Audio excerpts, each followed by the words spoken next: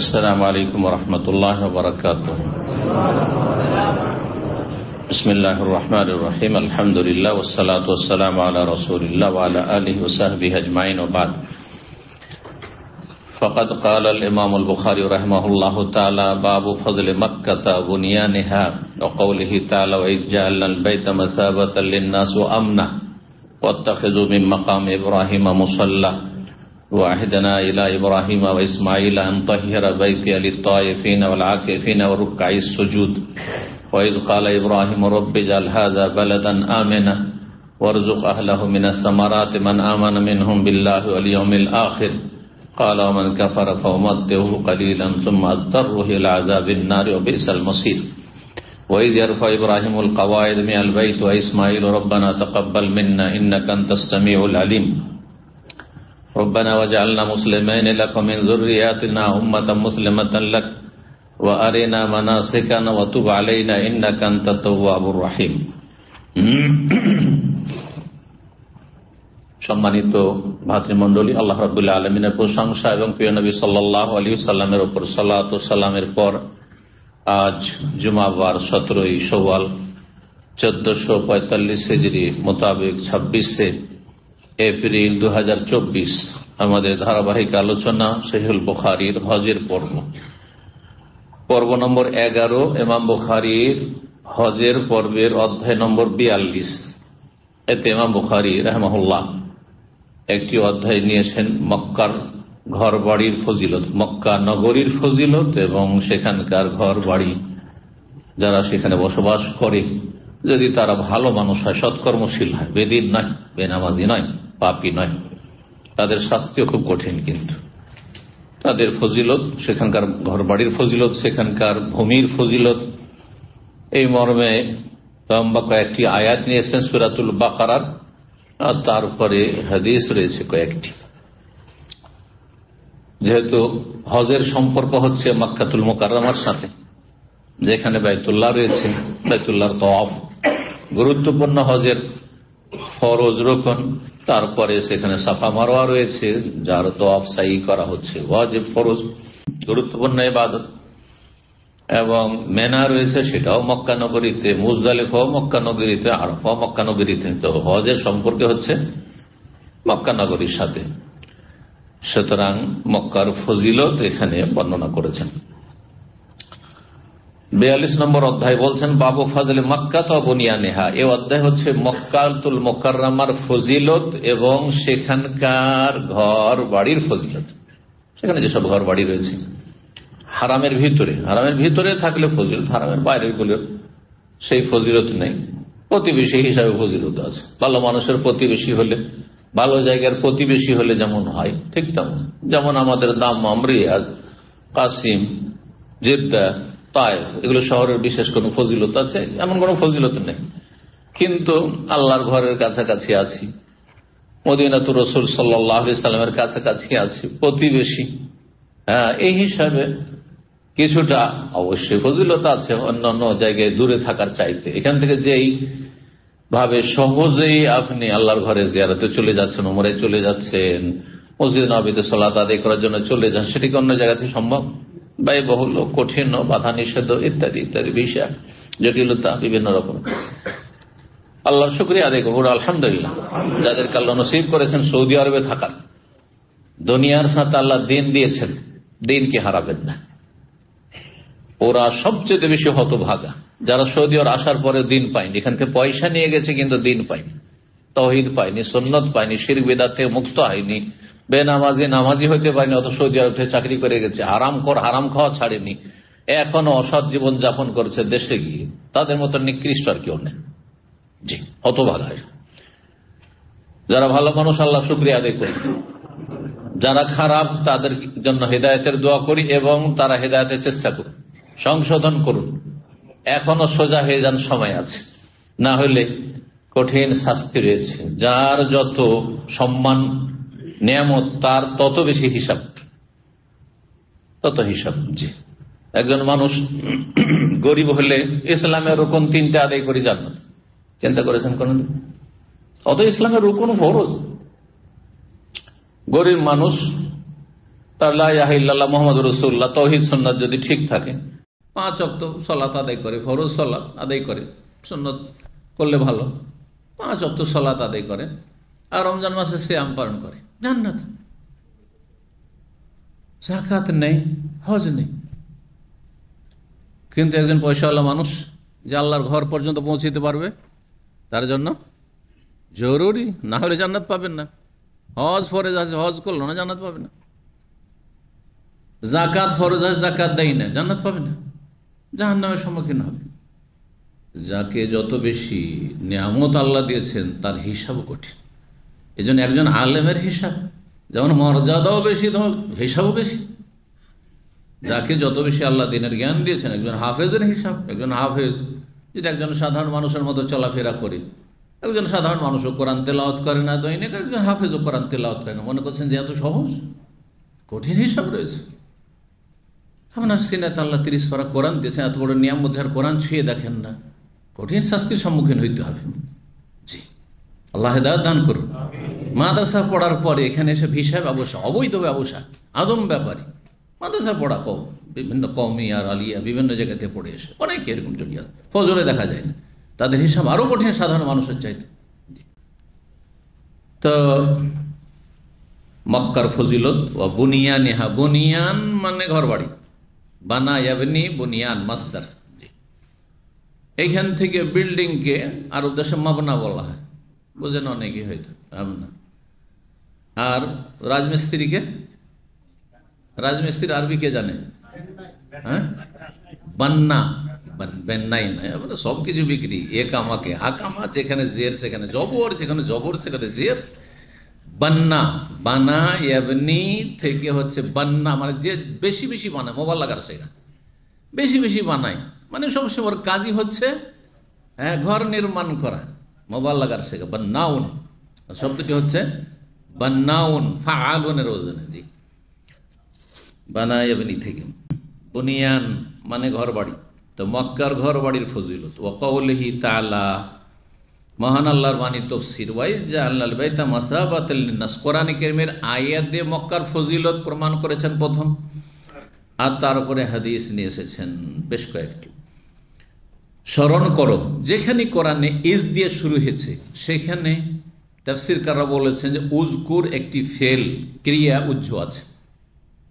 উজকুর যেখানে যেখানে wise, wise কালা রব্বুকা লিল মালাইকাতি ইন্নী জাইলুন ফিল আরদ। ইজ, ইজ মানে যখন, যখন। তো আল্লাহ বলছেন স্মরণ করো যখন এমনটা হয়েছে, এই স্মরণ করো কথাটি সেখানে উজ্জ আছে, ব্যাস এটা মুখস্থ করে নেন তাফসীরের ক্ষেত্রে। ওয়াইজ জাআলনাল বাইতা, স্মরণ করো যখন আমি বাইতুল্লাহ, আল বাইতা মানে বিশেষ ঘর, বাইতুন মানে যে কোনো ঘর, আর আল বাইত মানে বিশেষ ঘর। যেমন পেন আর দ্য পেন, বুঝছেন না? পেন মানে যে কোনো কলম, কলম নয় যে কোনো কলম, আর দিস ইজ দ্য পেন মানে বিশেষ একটা কলম, বিশেষ কলমকে আপনি করছেন। মারেফা আর নাকেরাত, নির্দিষ্ট আর অনির্দিষ্ট। তো যখন বিশেষ ঘরকে, বিশেষ ঘরটি কি? বাইতুল্লাহ, যেটি আল্লাহর বিশেষ ঘর, সবচেয়ে বিশিষ্ট ঘর। আল্লাহর ঘর তো সবই, কিন্তু তার বিভিন্ন স্তর আছে। হ্যাঁ, সবচেয়ে বিশিষ্ট ঘর আল্লাহর হচ্ছে বাইতুল্লাহ, কাবা। জাআলা আল্লাহুল কাবা, তা কাবা কোরআনে কারিমে কাবা নাম এসেছে। কাব মানে উঁচা জায়গা। হ্যাঁ, তো সম্মানের দিক থেকে উঁচা, আর ঘরটিও উঁচা, সব দিক থেকে উঁচা। এই কাবাকে, বাইতুল্লাহ 1 নম্বর স্পেশাল আল্লাহর বিশেষ ঘর।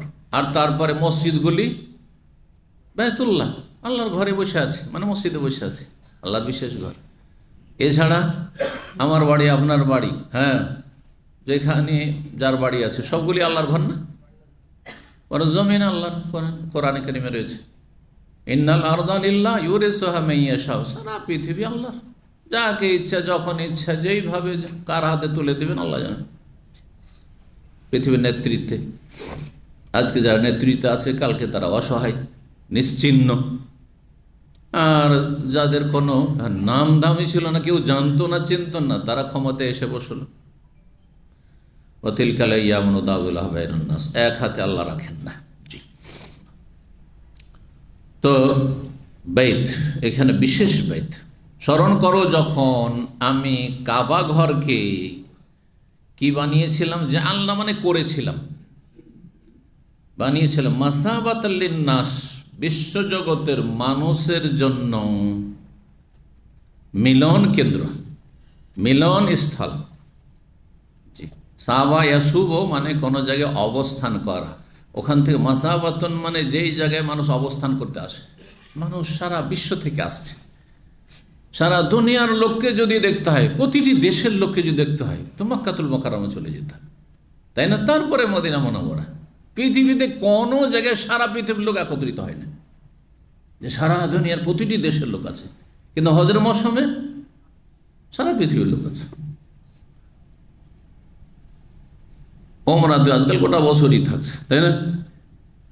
আমরা আরব দেশে আসার আগে আমরা কালো সাদা এগুলো দেখিনি, তাই না?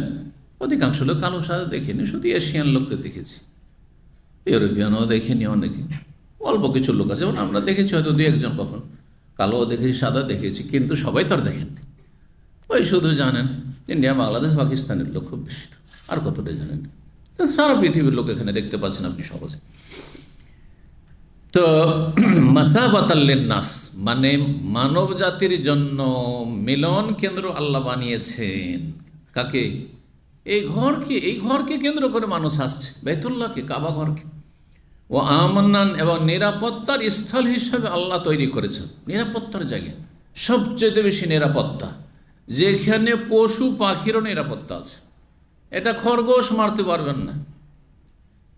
একটা কবুতর দেখেন, এত কবুতর যদি দাম্মামে পেতেন, রাখতেন কবুতর, সব খেয়ে ফেলতেন না, হ্যাঁ? কিন্তু মক্কাতে এত কবুতর, আর কবুতর খাওয়ার অনেকের নেশা আছে, সুবহানাল্লাহ, তাড়াইতে পারবেন না। মারা তো দূরের কথা, যে একে তাড়াইতে লাগে, তাড়াইতে একে নিয়ে যাবে মসজিদে, তার নিয়ে মসজিদ আয়েশা হারামের বাইরে, ওইদিকে তাড়িয়ে নিয়ে যেতে পারলে তো শিকার করা হালাল হয়ে যাবে, তাই না? 3-4 কিলোমিটার যদি তাড়াইতে পারি তাতে কাজ হয়ে গেল। তাও জায়েজ না, তাড়ানো জায়েজ না।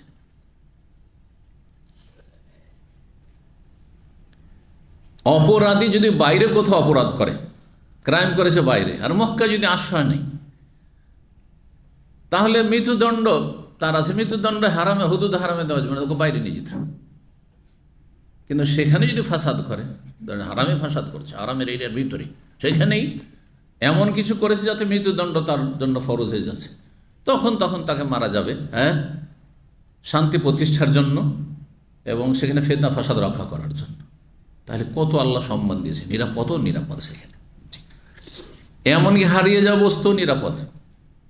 আপনার একামা হারিয়ে গেছে, মানি ব্যাগ, টাকা পয়সা হারিয়ে গেছে, কাগজপত্র, ডকুমেন্ট হারিয়ে গেছে, কোনো ব্যক্তির জন্য জায়েজ নয় যে সেখান থেকে উঠিয়ে নিয়ে আসবে, উঠিয়ে নিয়ে চলে এসে দামাম, হারাম, কাবিরা গুনাহ। জি, অথবা কিছুদিন একটু পোস্টারিং করলো, জানালো, আর তারপরে খেয়ে ফেললো, ভালো টাকা পয়সা পেয়েছে, 1 বছর পর চলবে? দামামে যদি টাকা পয়সা পান, 50,000 রিয়াল পেয়ে গেছেন, মাশাআল্লাহ, আর চাকরি করবো না, চল দেশে যায়, আমার এই টাকাটিরই দরকার ছিল। যদিও আজকাল এরকম লোক পায়, যার যত টাকা তার প্রয়োজনও বেশি, আরও বেশি, তার চিন্তা চেতনা অনেক বেশি, তখন স্বপ্ন আকাশে উঠুক। তো কি বলছিলাম, এইখানে পেয়েছেন, টাকা পয়সা পেয়েছেন, হারিয়ে যাওয়া বস্তু, 1 বছর এলান করলেন, এদিকে সেদিন না রে, কোনো খবরটা পেল না, ফাঁসানো করবে, যা তুমি এখন যা ইচ্ছা তাই করো, সেটা 1 বছর যথেষ্ট, তাই না? কিন্তু মক্কায় 50 বছর, তারপর খেতে পারবেন না? পারবেন না, উঠাইতে পারবেন না। উঠালে ওখানকার ওই হারিয়ে যাওয়া অফিসে সেখানে জমা করে, নাহলে উঠায় না, যার জিনিস হয় যেখানে পড়েছে তলাশ করে নিয়ে যাবেন। আর উঠে যদি পৌঁছে দিতে পারেন তাহলে ঠিক আছে, উঠালে আমানত সারা জীবন আপনাকে সেখানে ঘোষণা করতেই থাকতে হবে, মক্কাতে বসে থাকতে হবে ঘোষণা করার জন্য। আল্লাহু আকবার, সব কিছু নিরাপদ সেখানে, ঘাস পর্যন্ত নিরাপদ, ঘাস পর্যন্ত সেখান থেকে নিরাপদ। হাদিস আসছে, চিন্তা করুন, পৃথিবীতে কোথাও আছে, হ্যাঁ, পশু পাখি নিরাপদ, হ্যাঁ, ঘাস, হ্যাঁ, লতা পাতা সব নিরাপদ। একমাত্র যেই ফসল নিজে লাগিয়েছেন, মক্কায় যদি আপনি ধরেন আপনি ফার্ম করছেন, চাষাবাদ শুরু করে দিয়েছেন আর নিজে চাষ করছেন, তাহলে আপনি কাটতে পারবেন, কারণ আপনার চাষ করা। কিন্তু যেগুলো প্রাকৃতিকভাবে যে সব ঘাসপাত জন্মে যাচ্ছে, গাছপালা জন্মেছে, কাটা যাবে না। জানেন মশলা না জানেন না? নতুন লাগছে অনেক, কিন্তু নতুন লাগবে।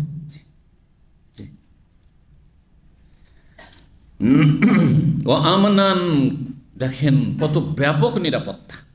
শুধু মানুষের নিরাপত্তা নয়, সবকিছু নিরাপদ সেখানে। ওয়াত্তাখিযু মিন মাকামে ইব্রাহিম মুসাল্লা। ওয়াত্তাখিযুও প্রসিদ্ধ কেরাত, আর ওয়াত্তাখিযু আমরের সেগা, তোমরা গ্রহণ করো, ওয়াত্তাখিযু। আর ওয়াত্তাখাযু তারা গ্রহণ করলো, মাজির সেগা, অতীতকাল। দুটো প্রসিদ্ধ কেরাত, সুতরাং দুটোর যে কোনো কেরাত চলবে। তবে আপনি যেই কেরাত তেলাওয়াত করছেন সেই কেরাত ফলো করে চলতে হবে। আর এশিয়ায় বা আরব দেশগুলোতে হাফসান আসেম আবিন নজুদের কেরাত মশহুর, সুতরাং সেই কেরাত ফলো করতে হবে যে কেরাতে আছে। যেমন সূরা ফাতিহাতে মালিক ইয়াউমিদ্দিন পড়ছেন না মালিক ইয়াউমিদ্দিন পড়ছেন আপনারা? না, জানেন না, কোনো একটা পড়ে দিই, খেয়াল নেই। অধিকাংশ লোকের অবস্থা কিন্তু এইরকম। কি পড়ছেন? মালিক ইয়াউমিদ্দিন পড়ছেন না? এটা প্রসিদ্ধ কেরাত হাফসান আসেম, হাফসের কেরাত, তার ওস্তাদ আসেম বিন আবিন নজুদ। কিন্তু অন্য অন্য মশহুর কেরাত সেগুলি। মালিক ইয়াউমিদ্দিন সূরা নাসে কুল আউযু বিরাব্বিন নাস, মালিকিন নাস পড়ছেন না মালিকিন নাস পড়ছেন? মালিক না মালিক পড়ছেন? মালিকিন নাস, সেখানে কিন্তু আলিফ নেই বা খাড়া জবর নেই, বোঝা গেছে? পক্ষান্তর সূরা ফাতিহাতে মালিক আছে, খাড়া জবর আছে, আলিফ আছে, মালিক নেই। কিন্তু দুটোই জায়েজ, দুটোই প্রসিদ্ধ কেরাত। যারা অন্য কেরাত মরক্কোতে, মরিতানিয়ায়, আফ্রিকাতে, ইউরোপে, অন্য অন্য দেশে, আপনার সোভিয়েত ইউনিয়ন বিগত ছিল যে বোখারা, সামারকান্দ, ওই সব দেশগুলিতে, উজবেকিস্তান, অন্য কেরাত হয়তো তেলাওয়াত করছে, বা আরব দেশে আছে কিন্তু অন্য কেরাত পাঠ করছে, তাহলে সেই কেরাতে তখন মালিক ইয়াউমিদ্দিন পড়বে, মালিক ইয়াউমিদ্দিন পড়বে, মালিকিন নাস পড়বে, তো তাদের জন্য জায়েজ। জি। তো ওয়াত্তাখিযু মিন মাকামে ইব্রাহিম মুসাল্লা, তোমরা গ্রহণ করো মাকামে ইব্রাহিমে সালাতের জায়গা। এখান থেকেই শরীয়তের বিধান হচ্ছে সুন্নাহ, ফরজ নয়, যে তওয়াফ শেষে 2 রাকাত যে তওয়াফের সুন্নাত, সেটা কোন জায়গায় আদায় করা উত্তম? মাকামে ইব্রাহিমের পেছনে, সরাসরি পেছনে সম্ভব হয় তাহলে কিন্তু ভিড় ভাড় করবে না, সেখানে সম্ভবই না। তাহলে একটু দূরে হইলো, ডানে বামে এদিক সেদিক, কিন্তু ওই পিছন দিকে, অন্য দিকে নয়, উল্টো দিকে, এদিকে ওই দিকে না করে, আপনি ওই দিকটাই পেছন থেকে দূরে গিয়ে যেখানে জায়গা ভালো পাচ্ছেন আর যেখানে খুশুর সাথে আদায় করতে পারবে। এই নয় যে সামনে মহিলা আছে তারপর মাকাম ইব্রাহিমে আমাকে আদায় করতে হবে, সামনে পা দিয়ে তওয়াফ করে আমার মাথাকে দলে দিবে সেজদায়, তারপর ওখানেই সেজদা করা শুরু করে মূর্খের মতো। এগুলো মূর্খদের ইবাদত বন্দেগী, মূর্খদের এগুলো হচ্ছে হজ আর উমরা আর তওয়াফ। কিন্তু একজন জ্ঞানী মানুষ যে দিন সম্পর্কে জ্ঞান রাখে, হজ উমরা সম্পর্কে জ্ঞান রাখে, শরীয়তের করণীয় বর্জনীয় জ্ঞান রাখে, সেই ব্যক্তির না আগে নামাজের খুশু, মনোযোগী হওয়া আর শান্তির সাথে সালাতটা আদায় করা, আর তারপরে তখন মাকামে ইব্রাহিমকে ফলো করা, যদি সম্ভব হয় হইল, না হলে যে কোনো জায়গায় আল্লাহর ঘরে যে কোনো জায়গায় আদায় করলেই চলবে, কোনো অসুবিধা নেই। তো এটি সুন্নত মুস্তাহাব বিধান, ফরজ বিধান নয়। মাকাম ইব্রাহিম মুসাল্লা বানা। এইরকমই কখনো কখনো আপনারা কি দেখেছেন, এমন কেউ আছেন যে ইমাম নেমে এসে, ফজরের সালাতে বেশি হয়, এমামতি করে ওই আজানের জায়গা থেকে না, রোদ্রের সময় আজানের জায়গা থেকে দূর থেকে এমামতি করে দেয়। কিন্তু কখনো কখনো এশার সালাতে, ফজরের সালাতে, বিশেষ করে শীতকালে বা এমনকি মাগরিবেও চলে আসেন কাবার কাছে চলে আসেন। কোন দিকে দাঁড়ান ইমাম? বেশিরভাগ মাকাম ইব্রাহিমের দিকে দাঁড়ান। কথা বোঝা গেছে? মাকামের দিকে। ও আহিদনা ইলা ইব্রাহিম, আহিদা ইয়াহাদ মানে উপদেশ দেওয়া, ওয়াদা প্রতিশ্রুতি নেওয়া, নির্দেশ দেওয়া, উপদেশ দেওয়া, এগুলো হয়। তো আল্লাহ বলছেন আমি নির্দেশ দিয়েছি ইব্রাহিম আলী সালামকে এবং ইসমাইল আলী সালামকে। কিসের নির্দেশ দিয়েছিলাম? কাবা ঘর যখন তৈরি করা হল, আনতাহিরা বাইতিয়া, আমার ঘরকে পাক পবিত্র রাখো। কাদের জন্য? লিত্তায়েফিন, তওয়াফকারীদের জন্য। তওয়াফ করতে আসবে যাতে পরিষ্কার পরিচ্ছন্ন পায়। ওয়াল আকিফিনা, ইতিকাফকারীদের জন্য। তাহলে ইতিকাফ কোথায়? মসজিদে, এবং সবচাইতে উত্তম ইতিকাফ মসজিদে হারামে, তারপর মসজিদে নববী, তারপর বাইতুল মুকাদ্দাস মসজিদ। ও রুকাইস, রুকুকারী সেজদাকারী নামাজীদের জন্য। মুসল্লিরা আসবে যাতে আল্লাহর ঘর কাবার চারপাশকে পরিষ্কার পরিচ্ছন্ন পায়। ওয়াইদ কালা ইব্রাহিম, স্মরণ করো যখন ইব্রাহিম আলাইহিস সালাম বলেছিলেন আল্লাহর কাছে দোয়া করে কাবা নির্মাণ করার পর, রব্বি জাল হাযা বালাদান আমিনা, কাবা ঘর নির্মাণ করলেন। আর ছেলেকে, স্ত্রীকে, হাজার স্ত্রী এবং ছেলে ইসমাইল আলাইহিস সালামকে রেখে গেলেন। রেখে যখন চলে যাচ্ছেন, একটু দূরে চলে যাওয়ার পরে ঘুরে দেখলেন মক্কা নগরীর দিকে, আর ছেলে মেয়ে থেকে শেষ বিদায় নিচ্ছেন। আল্লাহর হুকুম যে রেখে যেতে হবে, এই শহরকে আবাদ করতে, আল্লাহর ফয়সালা, আল্লাহর হুকুম, আল্লাহর পরীক্ষা। এইরকম পরীক্ষা আপনার আমার যদি করা হইতো, যে যাও নিয়ে গিয়ে কোথায় রেখে এসো? কোনো বন জঙ্গলে রেখে এসো। বন জঙ্গল তখন মক্কা, কোনো মানুষ নেই, জনহীন মানুষ, জনহীন প্রান্ত, কোনো কিছু নেই সেখানে, খাদ্যের ব্যবস্থা নেই, পানি নেই, সেখানে ফসল হয় না, কিছু হয় না। আল্লাহর হুকুম, যাও ওখানে রেখে চলে এসো। 1 মাসের রাস্তা অতিক্রম করে শাম দেশ থেকে এসে, ফিলিস্তিন থেকে এসে। আল্লাহু আকবার। বহু পরীক্ষা করেছেন এবং সেই পরীক্ষা, সবগুলি পরীক্ষায় উত্তীর্ণ হয়েছেন, পাশ করেছেন সফলতার সাথে। ওয়াইজ ইবতালা ইব্রাহিম রব্বাহু ইব্রাহিমা রব্বাহু বিকালিমাতিন, রব যখন পরীক্ষা করলেন ইব্রাহিম আলাইহিস সালামকে স্মরণ করো, বেশ কিছু নির্দেশ দিবে, কালিমাত ফাতাম্মাহুন্না, সবগুলি পূর্ণ করলেন, মানে সবগুলিতে তিনি পাশ করলেন সফলতার সাথে।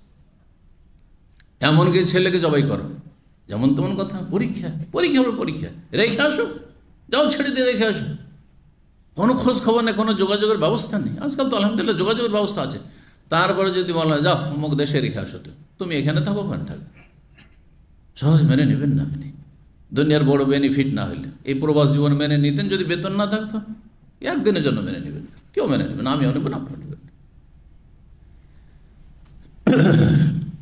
ইব্রাহিম আলাইহিস সালাম দোয়া করে, রব্বি জাল হাযা, আল্লাহ এই নগরীকে বালাদান আমিনা, নিরাপদ শহর হিসাবে তুমি গ্রহণ করো, নিরাপদ শহর বানিয়ে দাও, নিরাপত্তা যেন কিয়ামত পর্যন্ত বহাল থাকে।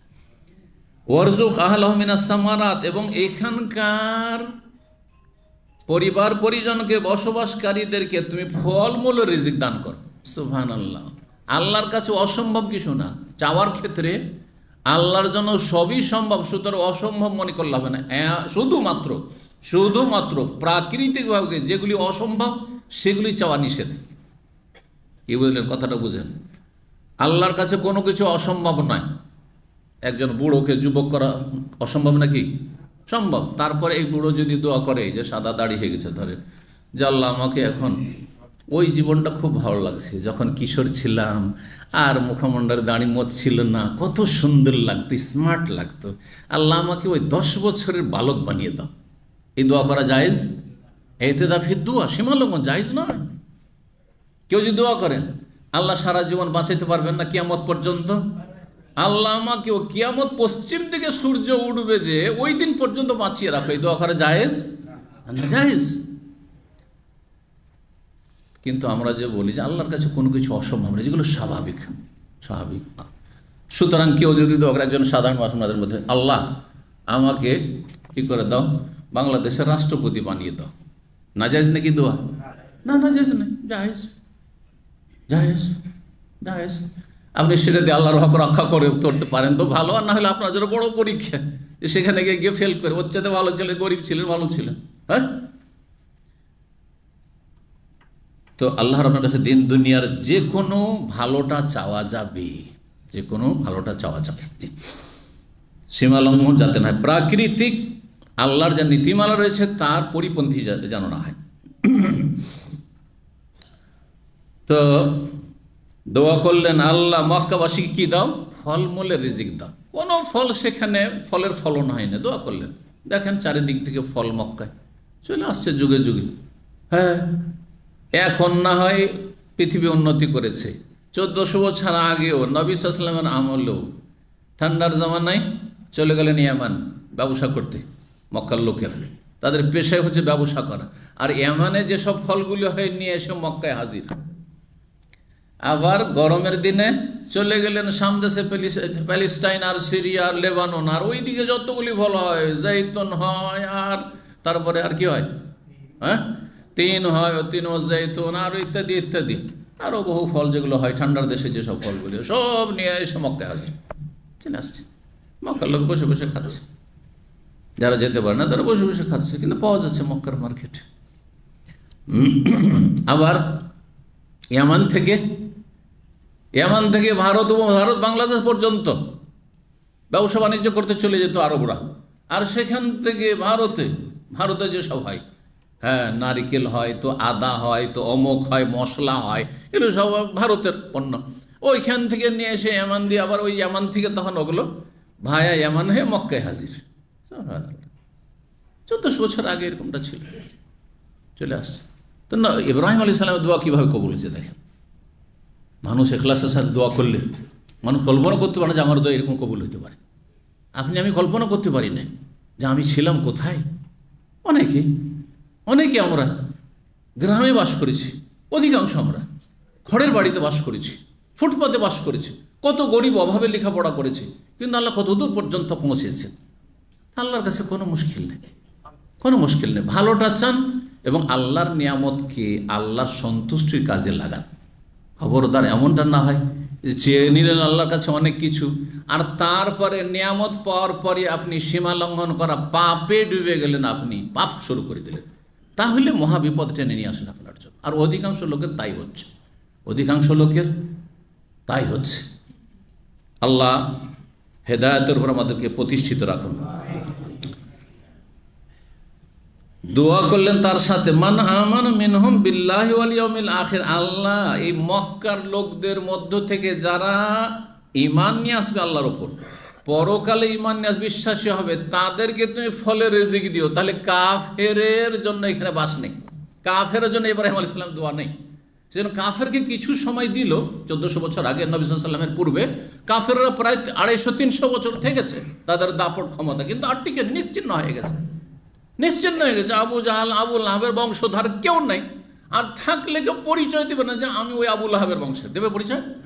আমি ওই আবু জাহেলের বংশের, কেউ পরিচয় দেবে?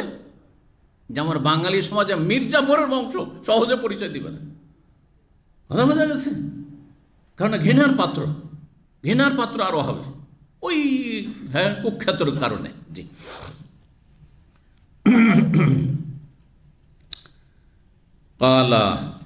আল্লাহ বললেন যখন দোয়া করে ইব্রাহিম সাল্লাম, ওমান কাফারা ফাউমাত্তাহু, দেখো সবাইকে কিন্তু আমি শান্তিতে রাখবো যে আল্লাহর হক আদায় করবে, আমার হক আদায় করবে। ওমান কাফারা, যারা কুফরি করে, ফাউমাত্তাহু কালিলান, তাদেরকে কিছু দিনের ভোগের সামগ্রী দেবো, দুনিয়াতে রাখবো। এই নয় যে কাফের হলে সাথে সাথে আযাব গজব দিয়ে ধ্বংস করে, কাফেরকেও রাখছেন, দীর্ঘদিন নেতৃত্ব দিচ্ছে, দীর্ঘদিন কাফের জুলুম অত্যাচার চলছে, জালেমের জুলুম চলছে।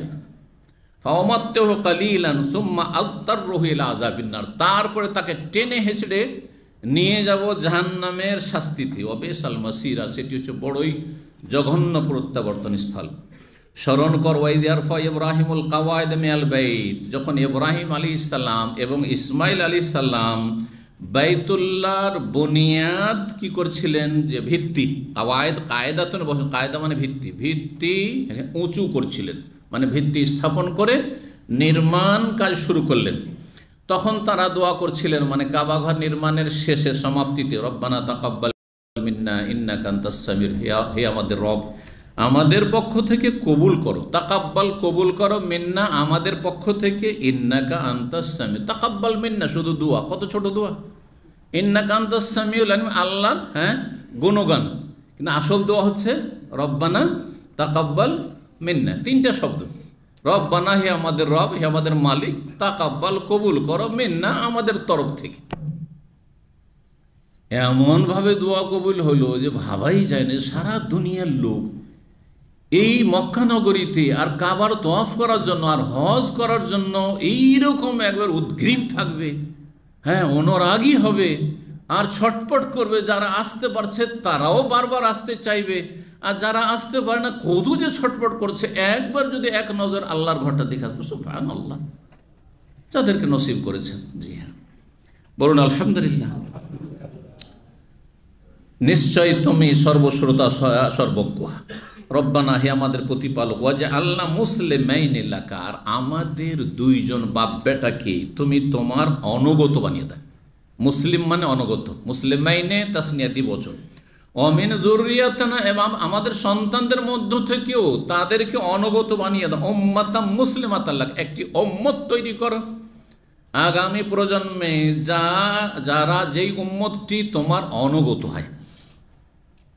এই উম্মত হচ্ছে উম্মতে মুহাম্মাদিয়া আল্লাহ সাহেব আফদালুস সালাতু ওয়া তাম্মুত তাসলিম, এই শেষ নবীর উম্মত। এই উম্মতের জন্য দোয়া করেছেন কে? ইব্রাহিম আলাইহিস সালাম। উম্মাতা মুসলিমাতান লাক, আর এমন একটি উম্মত তুমি তৈরি করো যেই উম্মতটি তোমার কি হবে? অনুগত হবে। জি, সুতরাং সত্যিকার মুসলিম যার আল্লাহর বিধানের আদেশ নিষেধের অনুগত, তৌহিদ মেনে নিয়েছে, সুন্নাহ মেনে নিয়েছে, শিরক বিদআত মুক্ত হয়েছে, পাপ মুক্ত হওয়ার চেষ্টা করছে এবং ফরজ ওয়াজিব আদায় করছে, তারা হচ্ছে অনুগত এবং সত্যিকারের নবী সাল্লাল্লাহু আলাইহি ওয়াসাল্লাম উম্মত এবং ইব্রাহিম আলাইহিস সালামের দুয়ার ফসল, ইব্রাহিম আলাইহিস সালামের দুয়ার বরকত। জি, ওয়া আরেনা মানাসিকানা, এবং আমাদেরকে দেখিয়ে দাও আমাদের ইবাদত বন্দেগীর নিয়ম পদ্ধতি। মানাসিক, মানসাকের বহু বচন। ইবাদতকে নসক বলা হয়, মানসাক বলা হয়, আর বিশেষ করে হজ উমরার যে নিয়মাবলী বিধিবিধান এগুলোকেও মানাসিক বলা হয়, হজ উমরা আর কোরবানি। এই জন্য ইন্না সলাতি ওয়া নুসুকি এর অনুবাদ কি করা হয়? নিশ্চয় আমার সালাত আর আমার কোরবানি, কোরবানির ইবাদত। তো খাস ইবাদত, বিশেষ ইবাদত হচ্ছে কোরবানি। ওর চাইতে একটু ব্যাপক অর্থ হচ্ছে মানাসিক, মানে ইবাদত বন্দেগী। হ্যাঁ, ইবাদত বন্দেগী যাবতীয় ইবাদত বন্দেগী তাতে শামিল। আর মানাসিকের মধ্যে মাঝামাঝি একটু বিশেষ ইবাদত হচ্ছে হজ সংক্রান্ত, উমরা সংক্রান্ত যতগুলো ইবাদত, এগুলো মানাসিক। এই জন্য হজের ইবাদতকে কি বলা হচ্ছে? মানাসিকুল হজ। কি বলা হচ্ছে? মানাসিকুল হজ, হজের বিধিবিধান, হজের আমলগুলি, হজের কার্যাবলী। অতুব আলাইনা, আমাদের তওবা কবুল করো, কারণ ভুল ত্রুটি হইতেই আছে, আল্লাহ হতেই পারে, আল্লাহ আমাদের তওবা কবুল করো। ইন্নাকা আনতাত তাওয়াবুর, নিশ্চয় তুমি তওবা গ্রহণকারী এবং বড় দয়ালু। সূরা বাকারা 125 থেকে 128। এতে আধা ঘন্টা পার হয়ে গেল, আজকে শুধু তাফসীরই হয়ে গেল, তাই না? এখন আল্লাহ হাদিসগুলি এগিয়ে নিয়ে যাওয়ার তৌফিক দান করেন। 1582 নম্বর হাদিস বর্ণনা করেছেন জাবের বিন আব্দুল্লাহ রাদিয়াল্লাহু তাআলা আনহু ইয়াকুল, তিনি বলেন লাম্মা বুনিয়াতিল কাবা, তো যখন কাবা ঘর নির্মাণ করা হইল। কখন নির্মাণ করা হলো? কাবা ঘর অনেকবারই নির্মাণ করা হয়েছে। কতবার নির্মাণ করা হয়েছে এ বিষয়ে বিভিন্ন মত রয়েছে, কিন্তু সেগুলি এত শক্তিশালী মত নাই।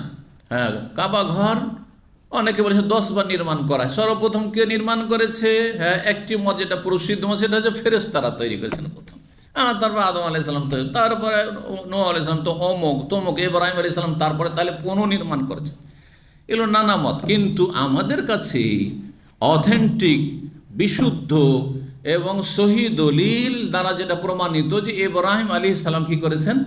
কাবা ঘর নির্মাণ করেন। তার আগে কে নির্মাণ করেছেন, কয়বার করেছেন আমাদের জানা নেই কিছু। যখন জানা নেই আমরা সেগুলি বলতে যাব না, কিসসা কাহিনী এসব শোনাবার দরকার নেই, কারণ এগুলো ওয়াইজ বক্তাদের কাজ।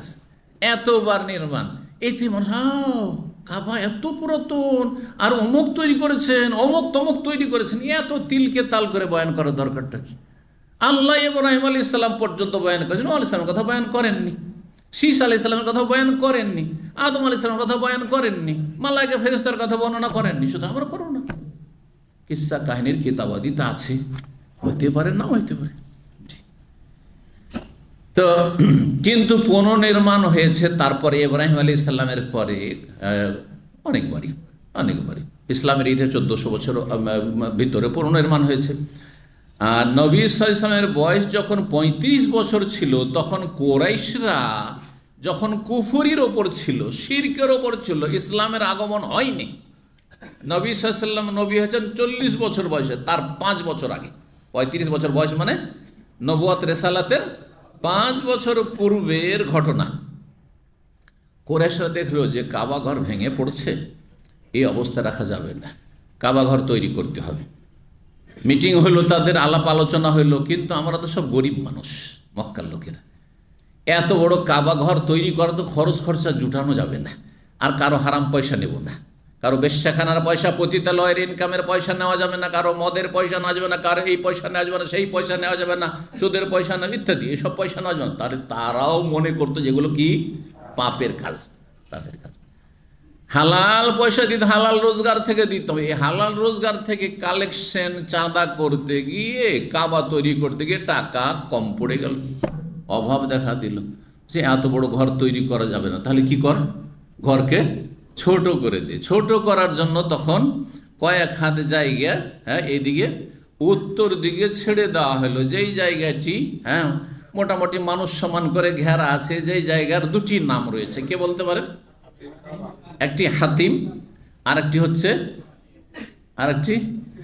হিজর। হিজরে ইসমাইল, ওটা লোকদের কথা, ইসমাইল লাগাবেন। হিজরে ইসমাইল মানে ইসমাইলের, মানে ওইখানে তিনি মায়ের কোলে ছিলেন। হিজর মানে কোল হয়, কিন্তু আসলে হিজর শুধু হিজর। হিজর এমনি কোনো ঘেরা জায়গা, প্রাচীর দিয়ে ঘেরা আছে, ওটাকে হিজর বলা, হাজারাই হাজর।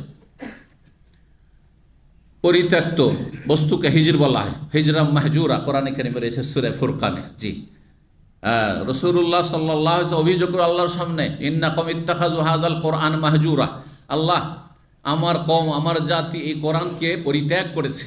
জি, মাহজুরা। তো এখান থেকে হিজরত, হিজরত মানে দেশ ত্যাগ করা, যেই জায়গায় ছিল সেই জায়গায় ত্যাগ করা, পরিত্যাগ করা। জি, হাজারাই হাজর। তো কি বলছিলাম, লম্বা বনিয়াতেল কা, হাতিম আর হিজর, এই জায়গাটি বাদ দিয়ে তখন ছোট করে তৈরি করা হলো, ছোট করে তৈরি করা হলো। মক্কা বিজয় যখন হইল, রাসূলুল্লাহ সাল্লাল্লাহু আলাইহি ওয়াসাল্লাম দেখলেন যে এই আরব মুশরিকেরা ইব্রাহিম আলাইহিস সালামের বুনিয়াদটাকে ছোট করে দিয়েছে। অরিজিনাল ইব্রাহিম আলাইহিস সালামের তৈরি করা খানা কাবা তো নেই, আংশিক এটা তো বাদ পড়ে গেছে। মনটা চাইলো এরকম করতাম, কিন্তু সব নিয়ম মুসলিম, এদের ঈমান এখনো দুর্বল হয়ে আছে। একটু ঠুনকো কোনো কারণ পেলে মুরতাদ হয়ে যেতে পারে, জাহান্নামী হয়ে যেতে পারে সব, আবার উল্টো দিকে ফিরে যেতে পারে, ভুল বুঝতে পারে।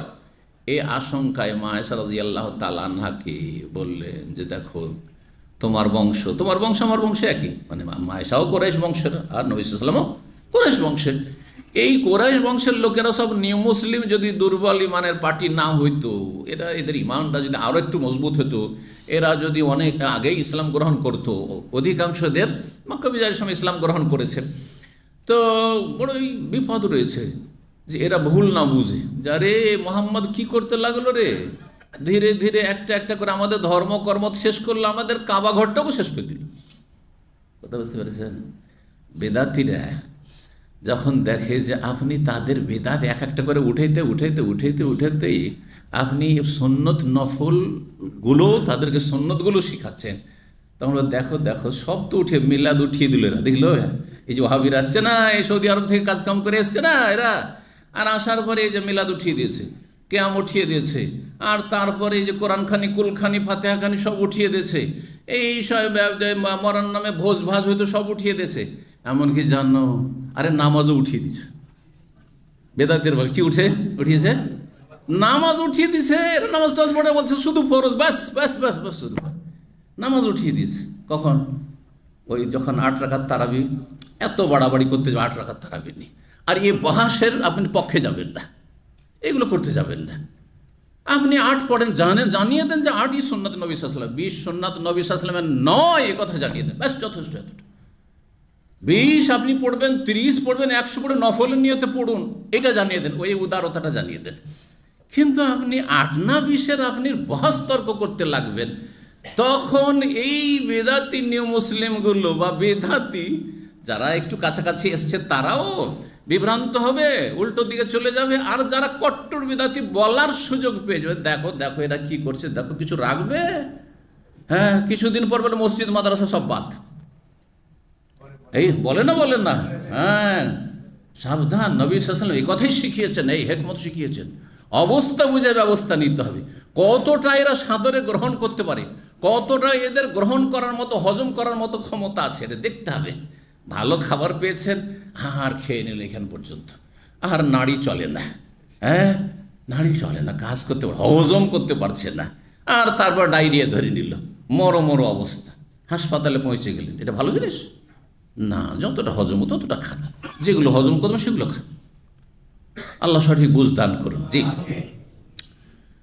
তো যখন কাবা ঘর নির্মাণ করা হচ্ছিল, তখন মা আয়েশা রাদিয়াল্লাহু তাআলা, এটা তো একটা ঘটনা, কিন্তু মা আয়েশা রাদিয়াল্লাহু আনহা মক্কা বিজয়ের পরে, কথাটা দুটো ঘটনা আলাদা আলাদা।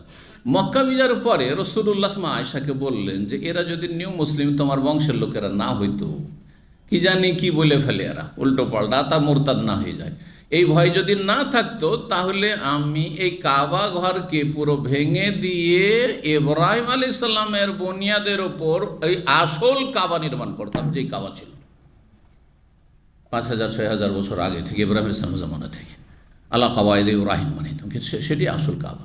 তাহলে এই যে হিজরা বা হাতিমার জায়গাটি ঘেরা আছে, এটাও কাবার অংশ। এর ভিতরে সালাত আদায় করা আর কাবার ভিতরে সালাত আদায় করা দুটো একই সমান, একই সমান। কেউ আদায় করেছে এর ভিতরে সালাত, বাড়াবাড়ি করবেন। এখন হয়তো যাওয়ার কোনো সুযোগই নাকি, একসময় খুব সহজ ছিল। আমরা একসময় যখন মদিনা ছাত্র ছিলাম, এত খালি থাকতো, মুহররম মাসে তখন এত উমরার ভিড় ভাড়া ছিল না, সবসময় খালি থাকতো। যতবার গিয়েছি ততবার গিয়ে সেখানে ভিতরে সালাত আদায় করে নিয়েছি, হয়তো কোনো ভিড় হয়নি। যতবার গিয়েছি হাজরে আসওয়াদ হয়তো চুমা দিয়ে নিয়েছি খুব সহজে। আর এখন তো হাজরে আসওয়াদ দূরের কথা, ওই দিকে রুকনে ইয়ামানির কাছে যাওয়াই সম্ভব হয়নি। তো লম্বা বনিয়াতিল কাবা, কাবা ঘর যখন নির্মাণ করা হলো, মানে কোরেশদের যুগে, মুশরিকদের যুগে, জাহাবান নবী সাল্লাল্লাহু আলাইহি ওয়াসাল্লাম ও আব্বাস, নবী সাল্লাল্লাহু আলাইহি ওয়াসাল্লাম এবং তার চাচা আব্বাস, চাচা ভাতিজা অল্প বয়সের কম বেশি ছিল, বন্ধুর মতো সম্পর্ক ছিল। দুইজনে কি করতে গেলেন, ইয়ানকোলানিল হেজারা, কাবা ঘরের পাথরগুলি নিয়ে এসে দিচ্ছিলেন, মানে নির্মাণ কাজে সহযোগিতা করছিলেন, কাবার পাথরগুলো নিয়ে এসে দিচ্ছিলেন। আর যারা নির্মাণ কাজে ছিল তারা সেই পাথরগুলি বসাচ্ছিল। ফাকাল আব্বাস, আব্বাস রাদিয়াল্লাহু তাআলা আনহু দেখলেন যে নবী সাল্লাল্লাহু আলাইহি ওয়াসাল্লাম কাঁধে করে, ভাতিজা কাঁধে করে নিয়ে আসেন পাথরগুলি, আর কাঁধের হয়তো আঁচড় লেগে যাচ্ছে অথবা লাল হয়ে যাচ্ছে, কষ্ট হচ্ছে ভাতিজাকে। মায়া, চাচার মায়া, বাপের পরে চাচাদের মায়া থাকে, হ্যাঁ, মায়ের পরে খালাদের মায়া থাকে, থাকে না, থাকে না? সুবহানাল্লাহ। তো চাচার মায়া বলছে যে বাবা এক কাজ করো তুমি। ফাকাল আব্বাস, আব্বাস বললেন নবী সাল্লাল্লাহু আলাইহি ওয়াসাল্লাম, ইজআল ইজারাকা আলা রাকাবাতিকা, তোমার লুঙ্গিটা খুলে তোমার কাঁধের উপর দিয়ে নাও, হ্যাঁ এখানে দিয়ে নাও, আর তারপরে তখন এর উপরে পাথর রাখো, তাহলে এখানে দাগ পড়বে না, আর কেটে যাবে না, অথবা কষ্ট পাবে না তুমি একটু, হ্যাঁ কষ্টটা কম হবে।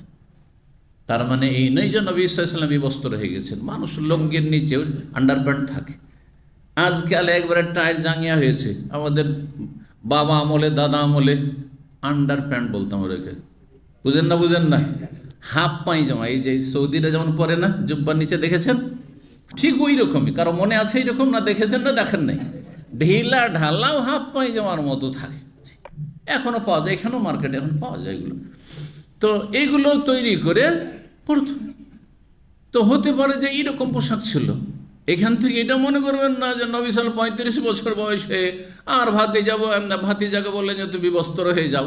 না, আরবরাও এটাকে ওইভাবে নিত না সেই যুগে, কারণ তখনও সভ্যতা ছিল। এমন না যে মানুষ এত অসভ্য ছিল যে কাপড় টাপড় খুলে আবার বিবস্ত্র হয়ে যাবে।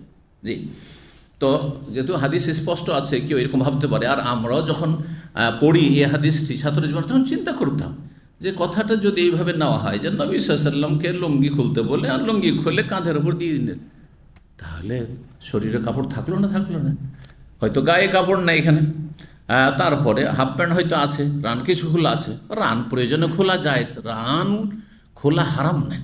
রান সতর, রানের দুটো ভাগ আছে, একটা ভাগ খোলা হারাম, হ্যাঁ কবিরা গুনাহ, আর একটা ভাগ ঢেকে রাখা উত্তম, আর খোলা হচ্ছে অনুত্তম।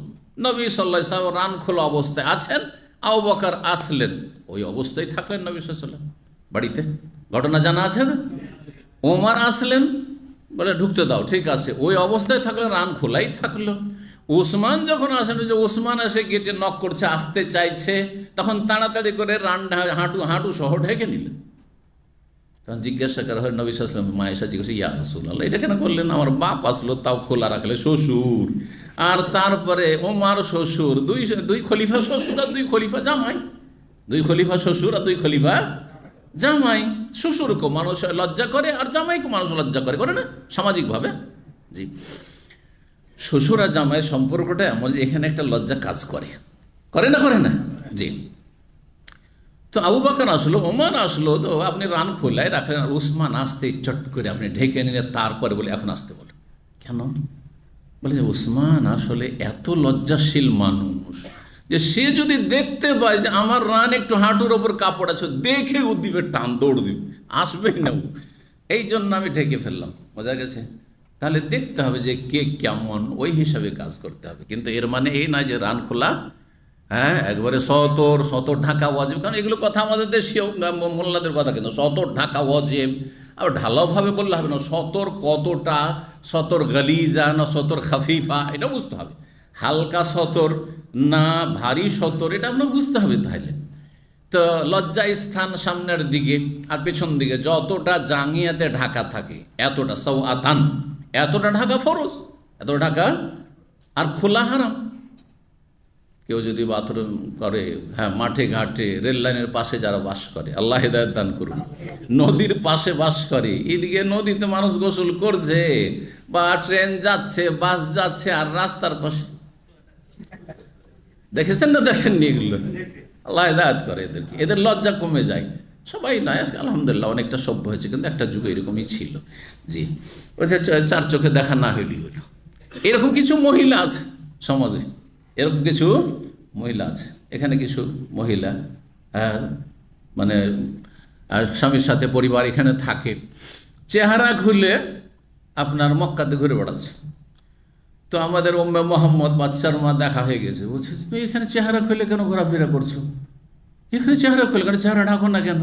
তো বলছি এখানে তো আমাকে কেউ চেনে না, এখানে তো আমাকে কেউ চেনে না।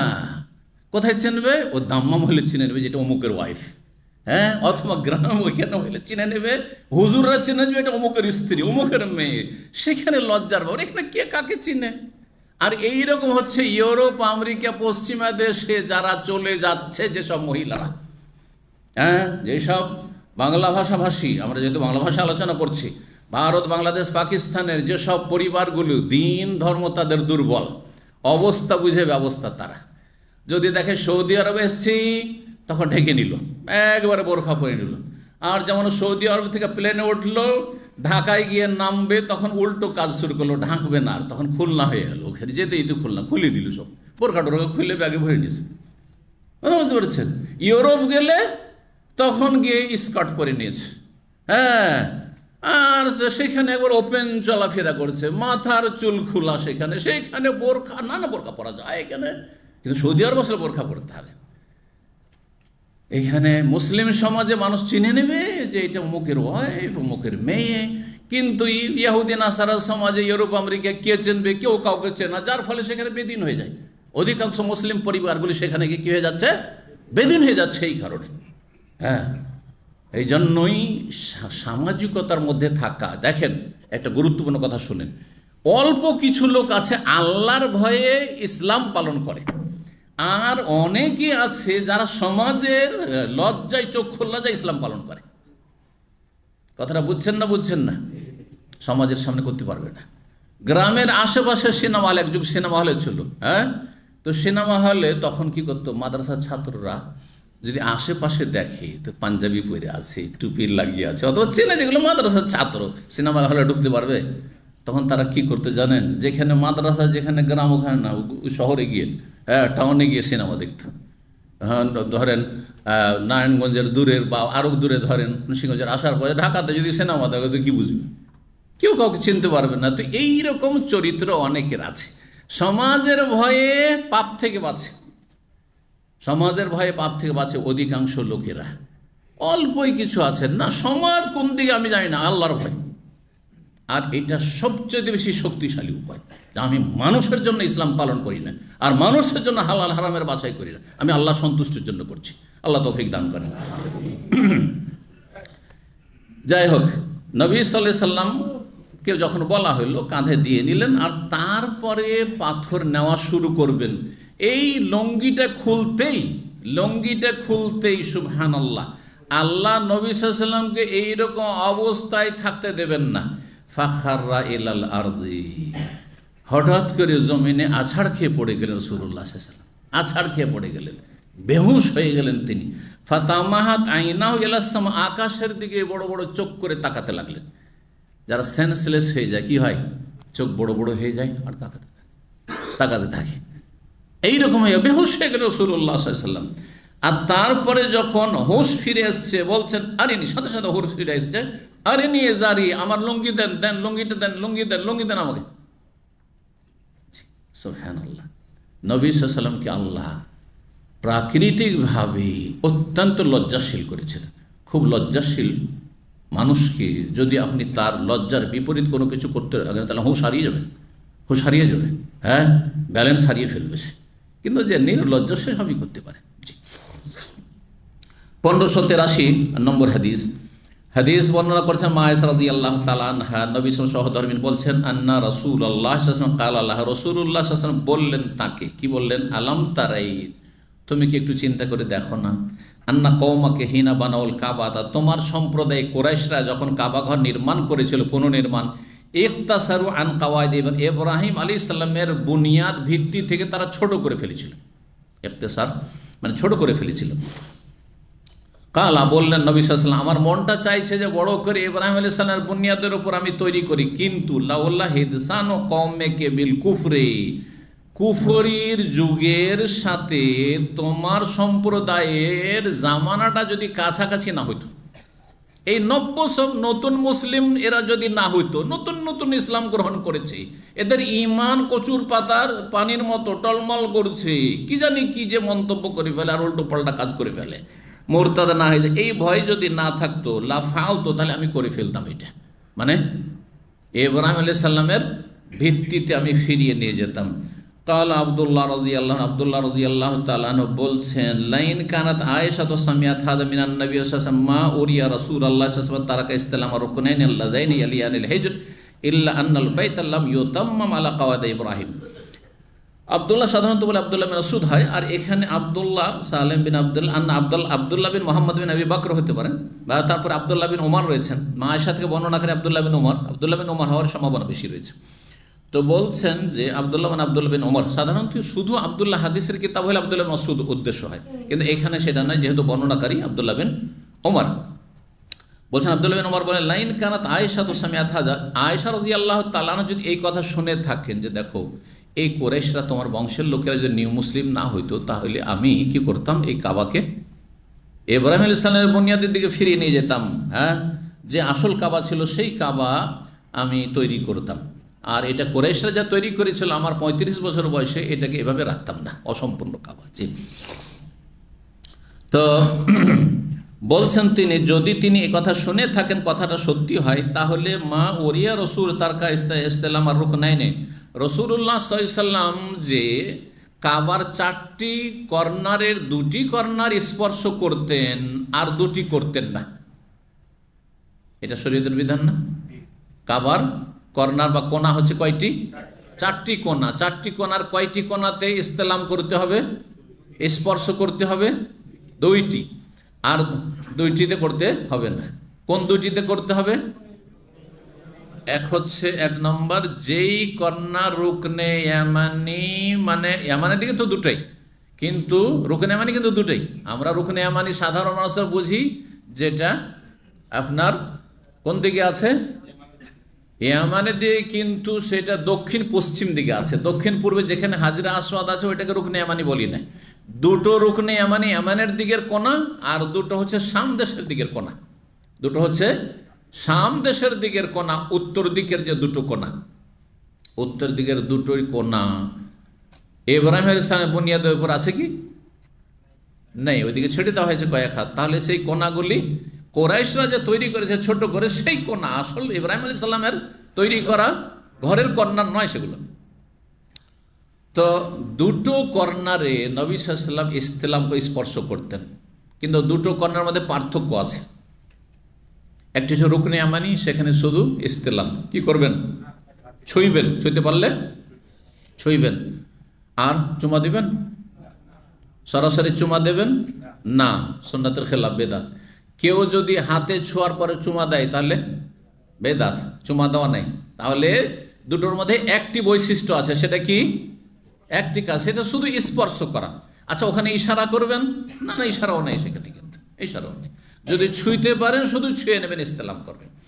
পক্ষান্তরে হাজরে আসওয়াদ যেই কোণাতে আছে সেই কোণায় কি করবেন? হ্যাঁ, ছুঁইতে পারলে ছুঁইবেন, হ্যাঁ, আর চুমা দিবেন। যদি সরাসরি চুমা দেওয়া সম্ভব হয় সবচেয়ে ভালো, সরাসরি মুখ লাগিয়ে চুমা।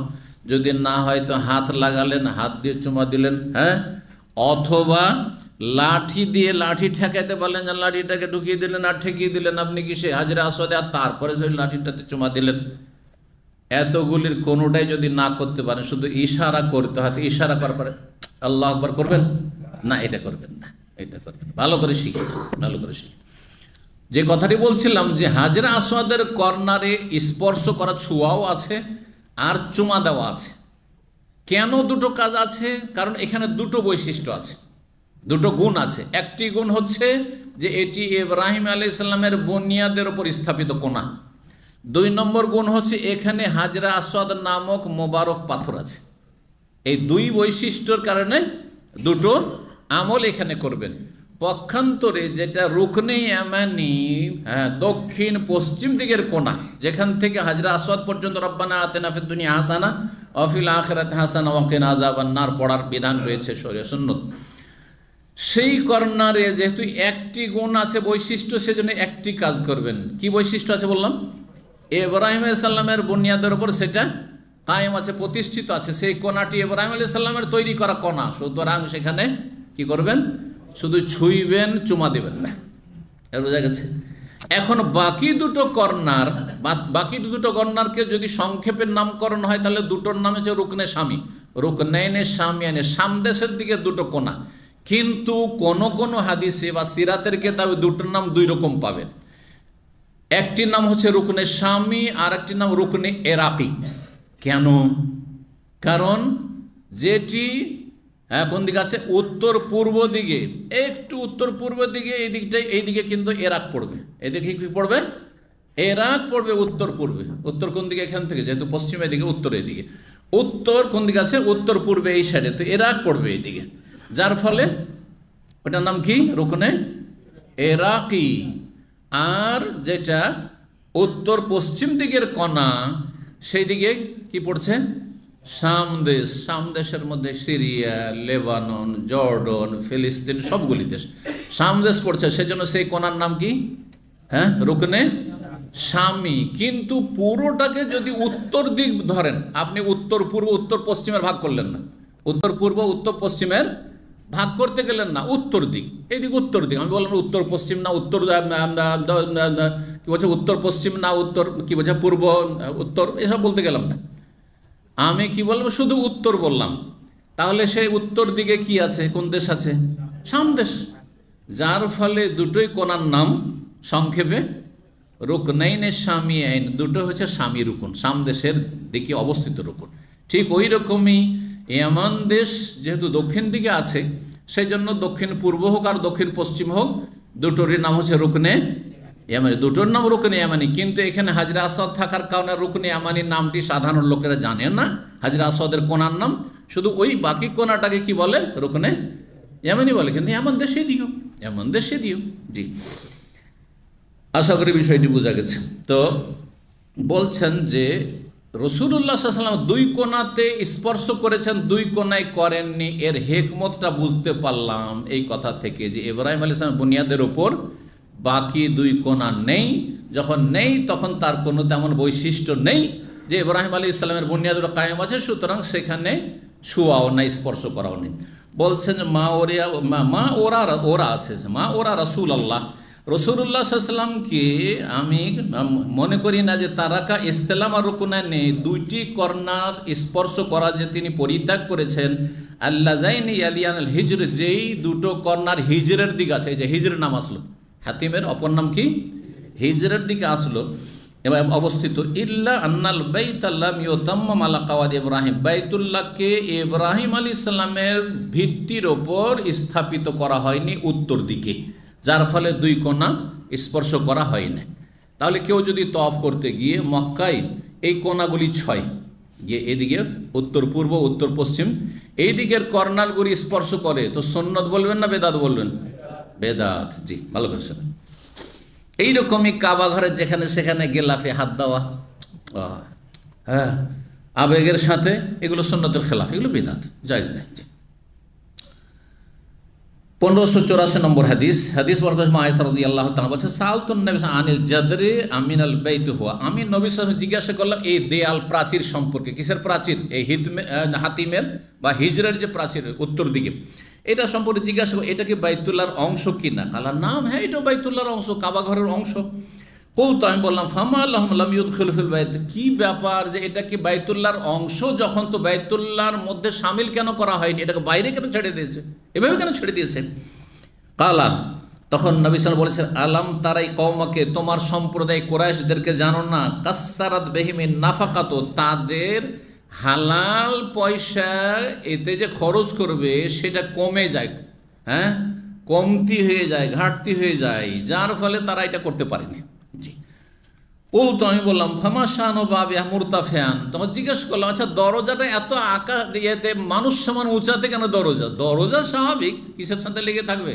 জমিনের সাথে লেগে থাকবে, তো এত উঁচাতে কেন দরজা? এইটা কেন করে? এটাও কিন্তু ইব্রাহিম আলাইহিস সালামের তরিকাতে তৈরি করা হয়নি, এটা কুরাইশরা তৈরি করেছে, সবাইকে ঢুকতে দেবো না, ঢোকার জন্য যাতে মইল লাগে, সিঁড়ি লাগে, আর সিঁড়ি লাগলে সবাই ঢুকতে পারবে না, দায়িত্বশীলরা ঢুকতে দিলেই ঢুকতে পারবে। এইগুলো তাদের কি মণ্ডলী মাতাব্বরি, আমাদের দেশে যেমন মণ্ডল মাতাব্বর আছে না, তো মক্কা তো মণ্ডল মাতাব্বর ছিল, এই মণ্ডলী মাতাব্বরি। কিন্তু ইব্রাহিম আলাইহিস সালাম বুনিয়াদি ছিল, সরজমিনে দরজা ছিল, যার ইচ্ছা দরজা খোলা আছে ঢুকো, ঢুকো বেরো, অসুবিধা নেই।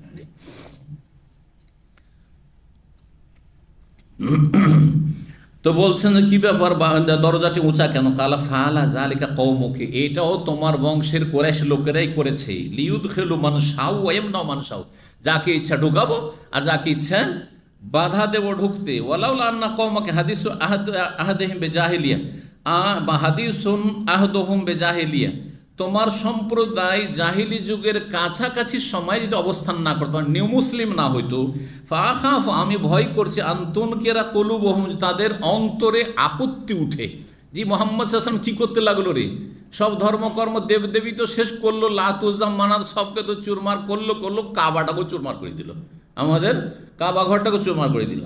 এই ভুল যেন না বুঝে, সেই জন্য এটা করতে পারলাম না।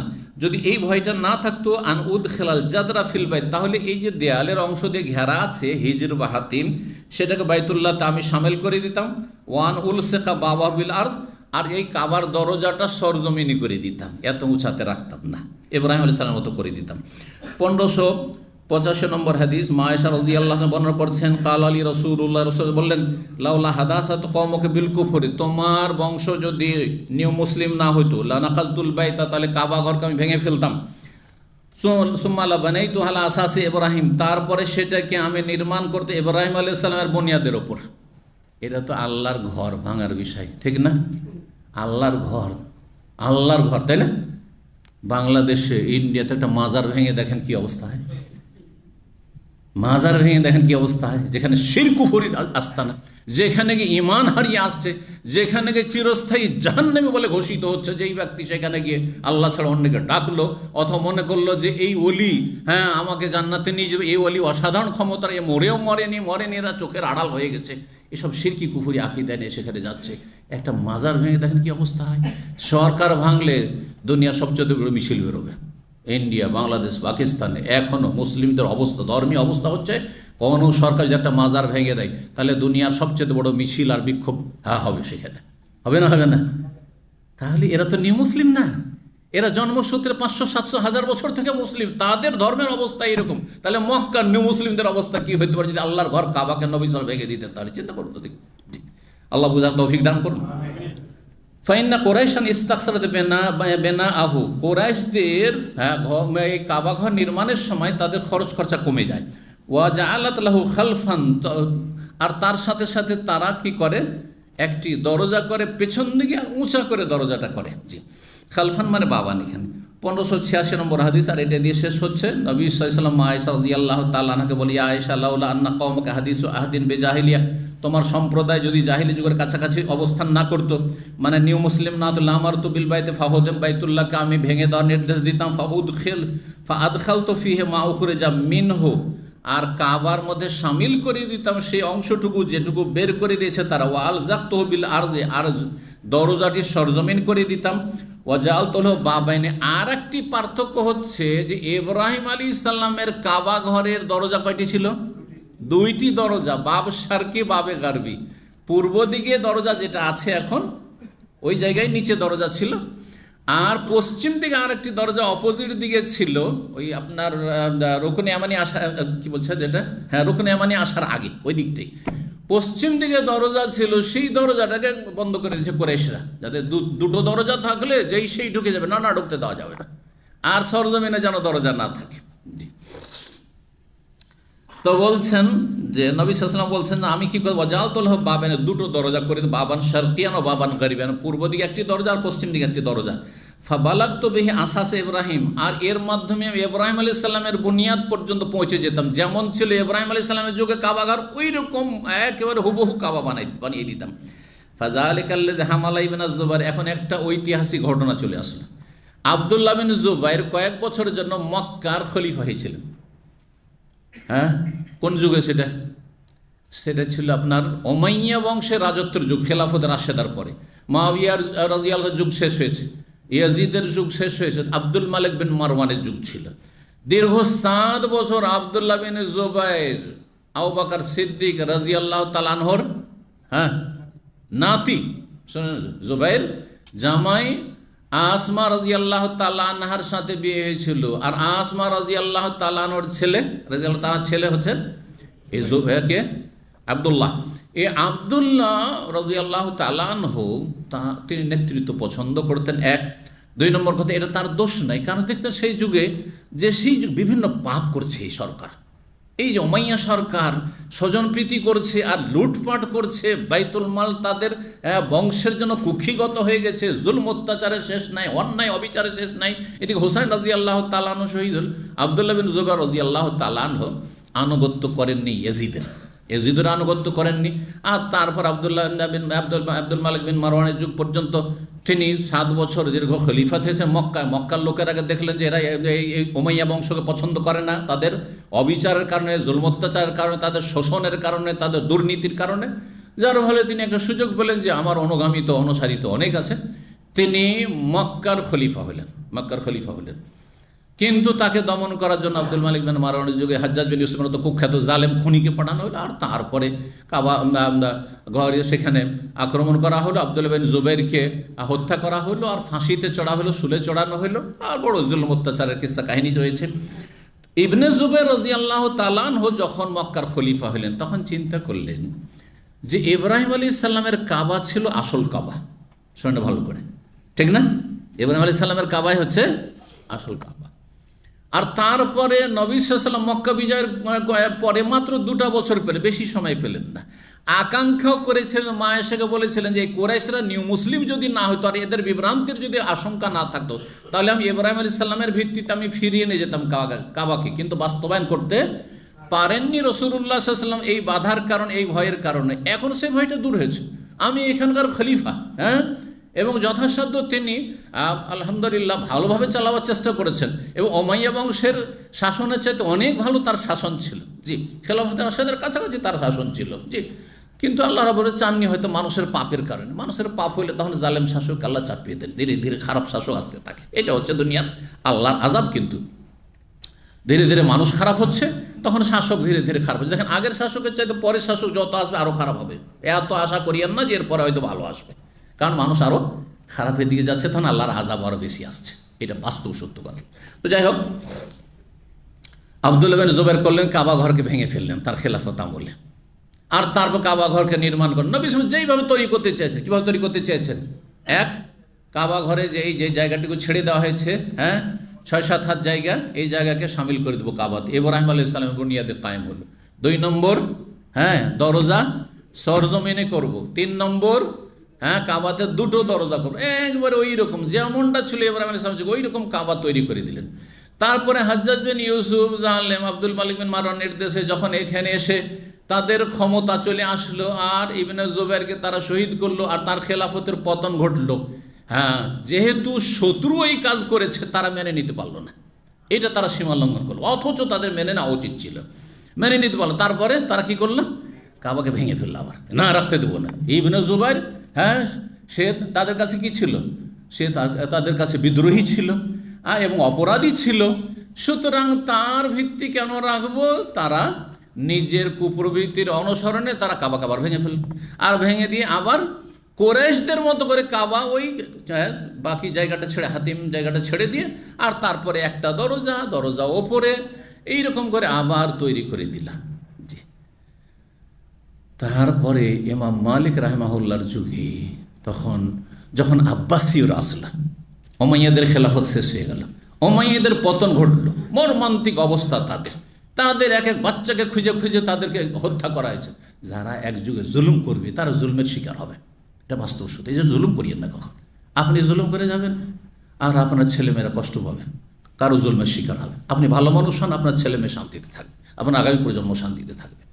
132 হিজরিতে যখন পতন ঘটলো, তারপরে যখন আব্বাসীয়রা আসলো, আব্বাস রাজিয়াদের বংশেরা যখন আসলো, তখন খলিফা মানসুর চাইল যে ইব্রাহিম আলাইহিস সালামের বুনিয়াদের দিকে আবার নিয়ে যাওয়া, তার মানে ভাঙবো।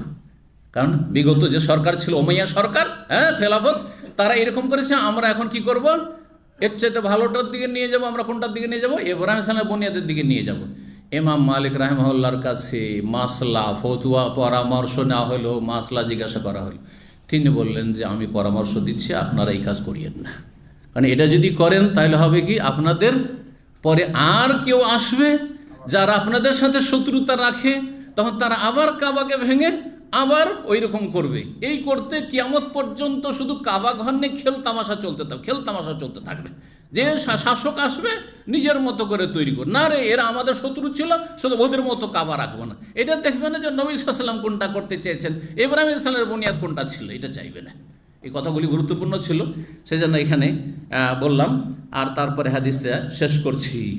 তারপরে ওই অবস্থায় থেকে গেল, যতই শাসক ভালো আসুক, কিন্তু আর কাবা ঘরে হাত দেয়নি। ঠিক আছে, কাবা ঘরে খেদমত করতে থেকেছে, কিন্তু যে অবস্থায় আল্লাহর ফয়সালা, এটি সৃষ্টিগত ফয়সালা যে এভাবে থেকে যাক, সুতরাং থেকে গেছে, যাতে করে কাবা ঘর নিয়ে আর এই শাসকরা খেলতামাশা না করতে থাকে। তো যাই হোক, ফাযালিকাল্লাযী যে হামালা ইবনে জুবাইর, এই কারণে ইবনে জুবাইর উদ্বুদ্ধ হয়েছিলেন, অনুপ্রাণিত হয়েছিলেন কিসের জন্য? আলা হাদমিহি, যে কাবা ঘরকে ভেঙে ফেলে ইব্রাহিম ইসলামের বুনিয়াদের দিকে নিয়ে যায়। কালা ইয়াজিদ বলছেন শাহাদতু ইবনে জুবাইর, আব্দুল্লাহ বিন জুবাইরের আমল আমি পেয়েছি বা দেখেছি। হিনা হাদামাহু ওয়া বানাহু, যখন তিনি কাবা ঘরকে ভেঙে পুনর্নির্মাণ করেছিলেন। ও আদখালা ফিহি মিনাল হিজরের অংশটুকু তিনি কাবা ঘরে শামিল করে দিয়েছিলেন।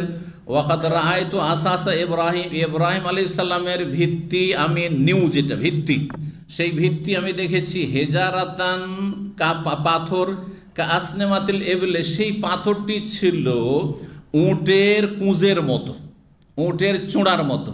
কুঁজ বলেন না চূড়া বলেন? যে ষাঁড়ের চূড়া উঠে থাকে উপরে, কি বলেন? কুঁজ বা চূড়া দুটোই বলা হয়। উটের, সানামুন মানে হচ্ছে চূড়া, আর তারই বহু বচন হচ্ছে আসনেমা। কালা জারির মানে ইব্রাহিম আলাইহিস সালাম যে প্রাচীন যুগে নিচে থেকে তৈরি করে নিয়ে এসছেন, তার লক্ষণটা ছিল এখানে। এই যে হিজর ঘেরা আছে, এইখানে ইব্রাহিম আলাইহিস সালামের বুনিয়াদের পাথর তখনও ছিল, এটা দেখতে পেয়েছিলাম যখন ভেঙে তিনি পুনর্নির্মাণ করেন। জারির বলছেন ফাকুলতু লাহু, আমি জিজ্ঞেস করলাম আইনা মওদু, ইব্রাহিম আলাইহিস সালামের বুনিয়াদের যে পাথরটি দেখেছিলে সেটা কোথায়, তার জায়গাটি? কালা ওরি কাহুল আন, এখন তোমাকে দেখাচ্ছি। ফাদাখালতু মাহুল হিজর নামক স্থানে, সেখানে হাতিমে আমি প্রবেশ করলাম।